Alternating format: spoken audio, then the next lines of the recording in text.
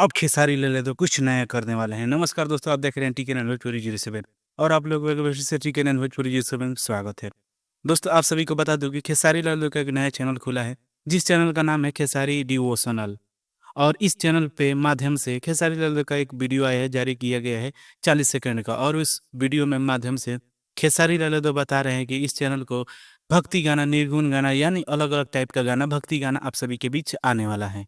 तो आप लोग इस चैनल को सब्सक्राइब करिए, जिस चैनल का नाम है खेसारी डिवोशनल।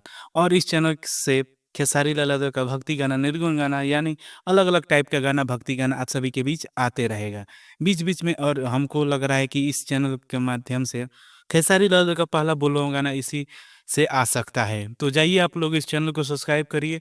अलग अलग टाइप का वीडियो, भक्ति गाना आप सभी को भी इस चैनल के माध्यम से सुनने को मिलने वाला है। चैनल का नाम है खेसारी डिवोशनल।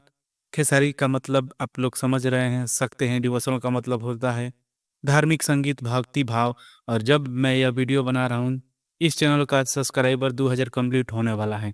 हाँ तो दोस्तों, यह रहा खेसारी लाल यादव का लेटेस्ट अपडेट। बाकी कोई नया अपडेट नहीं आया है। जैसे ही कोई नया अपडेट आएगा तो आप सभी के बीच आ जाएगा। और यह कल परसों खेसारी लाल यादव का एक नए एल्बम गाने का पोस्टर आप सभी के बीच आ सकता है।